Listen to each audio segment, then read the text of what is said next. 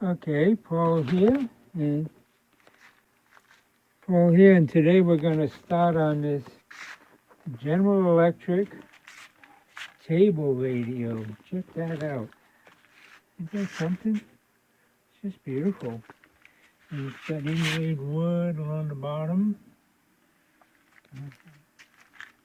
The case is in good shape. A few little nicks and scratches, but not bad. Baffle holes for the speakers. And it's a short wave. I don't know if you can see that. Yeah. Upside down, let's turn it around. It's a General Electric shortwave and broadcast radio. And here we have the volume from off to high. And here we have bass, normal, bass, foreign, and speech. And these are the knobs here for it. So we're going to go ahead and take that out of its cabinet and get started working on it next. That's our next project. So anyway, let me get it out of the cabinet and on the bench, and we will do a test on it, change the electrolytics and fire it up. So anyway, thanks for watching. Okay, here's the bottom of the radio. Got it standing up on its back. Well, actually on its front. There's a speaker and a speaker grill. And you can see the sides of that electrolytic. A multi-section. And I would imagine it's a 5-tube radio. And looks like someone might have changed the speaker. So, I don't know, maybe not. Maybe somebody serviced it, and to service it, rather than taking the speaker out, they just cut the wires and then they taped them back together when they were done. I do see some loose in there. I'm going to set my light down and try to keep the light on so you can see it. Okay, let me get in and see what that is.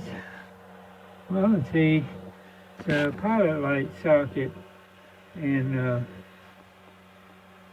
my light died. Hold on. It's a pilot light socket. There. And it's not connected. And this says GE radio, C rating label A. And interesting radio. Here's the, unfortunately it's upside down. Maybe I can flip it with my camera later. But it's a GE, trying to find a model.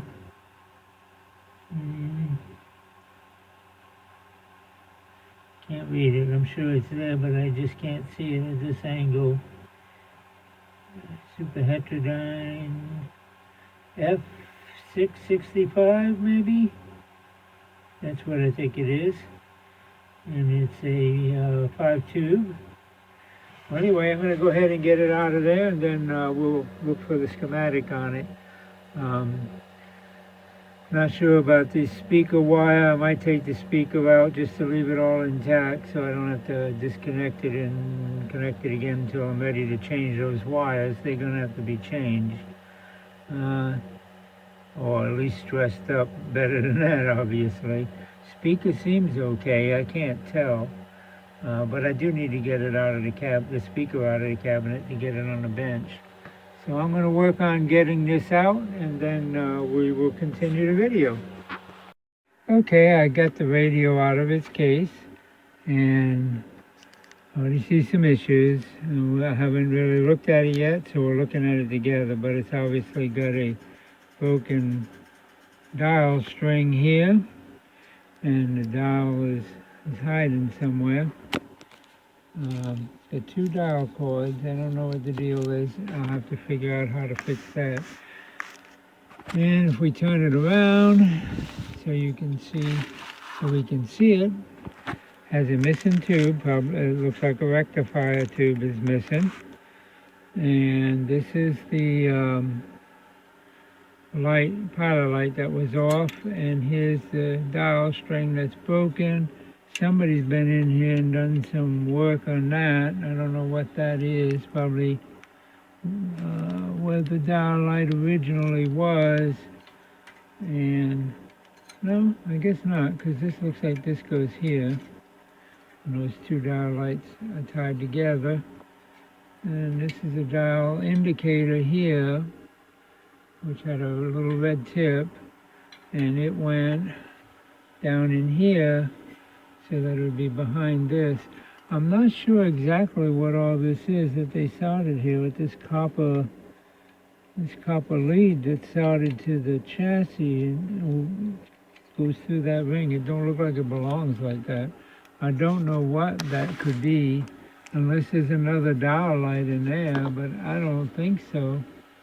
Possible. It's possible it has a third dial bulb, but I don't see no bulb, and there's not much clearance between it and the tuning wheel.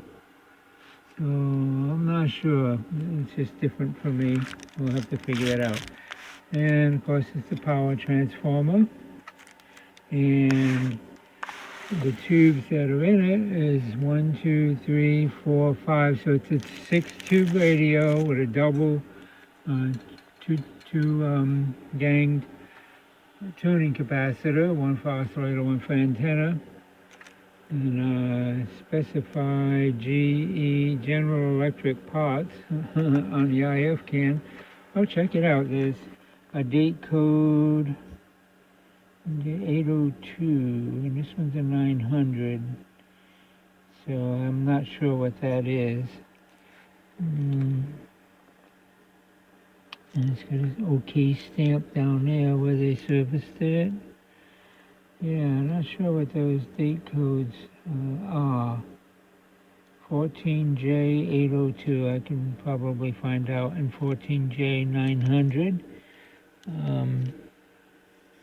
Power transformer. It's the original GE power transformer.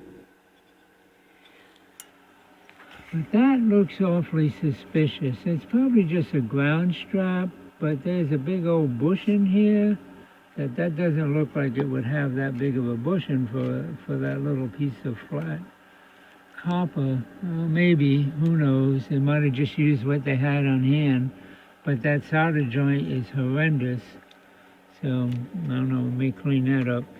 The output tube is looks like a 6A8. No, that's not the output tube. That would be a oscillator tube.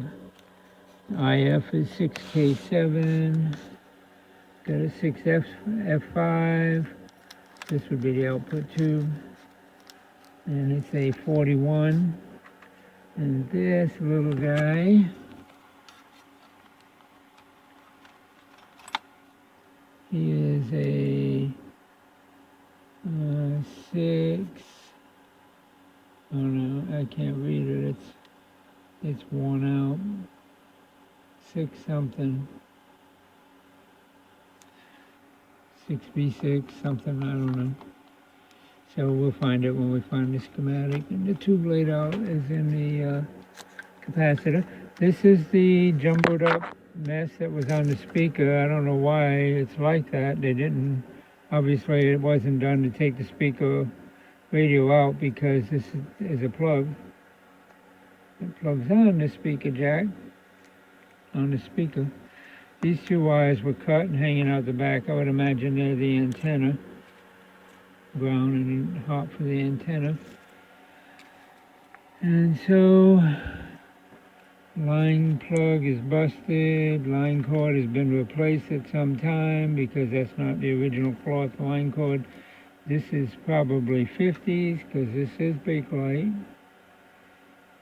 And judging by this thick, heavy rubber cord, I would say it's 50s.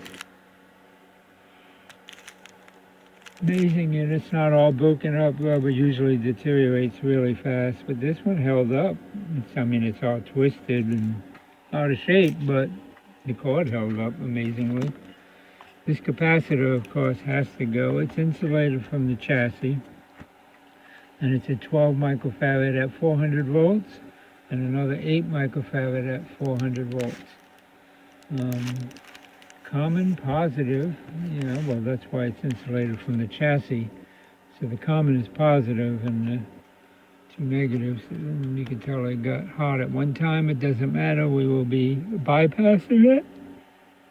We'll leave it there for aesthetics because it's really cool. I might tighten that up a little bit on that screw there so that it's not so loose, but we'll deal with that.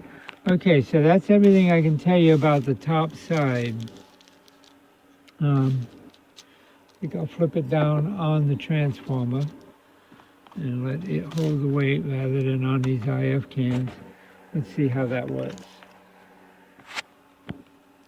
And we'll take a look at the bottom.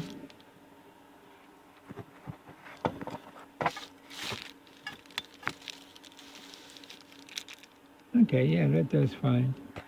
And it's got some writing on it, 51418. The chassis model number or serial number. Oh, interesting. Okay, somebody's been in here. There's a Mallory capacitor's been, electrolytic's been installed.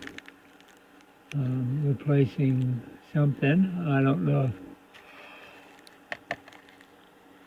They might have bypassed one of these or just jumped across it. Sometimes they would do that.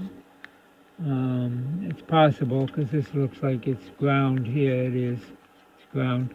So they just jumped across one with this Mallory. There's this paper in here around the coil. I don't know what the deal with that is. It just came off the coil, I guess. We don't need it, so we'll take it out. Oh, somebody put it in there. Dear sir, and something else. So somebody just wrapped this around. Probably to hold that wire in place, which is not connected, or maybe it is. They probably put this around there just to protect this coil, and of course, whatever, glue or tape they... I don't even see evidence of glue or tape, I don't know. They probably just wrapped it around there and left it in there. Anyway, so we got big old power resistor up here. We got 1, 2, 3, 4, 5, 6, 7 wax capacitors and the 2 electrolytics, because this thing will go bye-bye and we'll replace the electrolytics with new ones. And of course, like I said, the dial cord is a disaster. That's gonna be fun. I don't know. I definitely got to find a drawing on it because I don't know. It's got pulleys everywhere. I'll have to find a diagram because I'll never be able to figure it out without a diagram. It'd be just too much. Okay, and the line cord, they just taped it in. There's where they put the line cord in. They just jumped the wires in and put it in. Excuse me, but 50s, 60s electrical tape. Like everywhere else, that's what electrical tape does. It is vinyl. So apparently this was done at the same time they put the line cord in just to repair these damaged wires. And wires got more damaged. So yeah, we'll have to do something with those. I'll just make sure there's no shorts before I power it up. All right, the first thing we need to do is check the coils. We need to check the transformer first, then we want to check the field coil, the speaker coil, and the output transformer, which is on the speaker. Then we want to check this oscillator coil and antenna coil and make sure they're okay, and then we can replace the electrolytics. Even though these I know are shot and melty, we can at least do a power up. But I gotta find that tube and see if I got one in stock or buy one. I like these grips. This is really nice. They got these round tubes, top and bottom, or left and right rather. The heavy duty tubes bolting the chassis, bolted right in through the chassis, front and back. That is really nice. That gives a lot of support for picking it up and carrying it. It also keeps it square, which in that cabinet was an issue, right? They want to keep it as square as they can. It hangs upside down in the cabinet. Okay, so let me see if we can find a model number and pull up a schematic, and we'll go ahead and start checking these coils. I'll be back. Okay, still working on this GE radio. Had to set it off the bench for a minute, but I'll have it back before long. I tested the coils. Coils were fine. Haven't checked the IF coils. I forgot to check them, but I'm pretty sure they're fine. Everything else was great. There was one bad tube, which was the 41. All the other tubes tested fine. The 41 is the amplifier tube. The rectifier tube, of course, was missing. The amplifier tube tested 37%, which is bad. Anything under 52 is bad. So I ordered one of those along with the rectifier tube. That's the power output tube, and we needed it. So anyway, thanks for watching the video. I hope you found it interesting. Be sure to hit that bell and you'll be notified of all the next ones in this series, as well as other videos that I upload. And thanks for watching. We'll get back to this chassis real soon. I've got parts on order. As soon as they come in, we'll continue. Have a great day.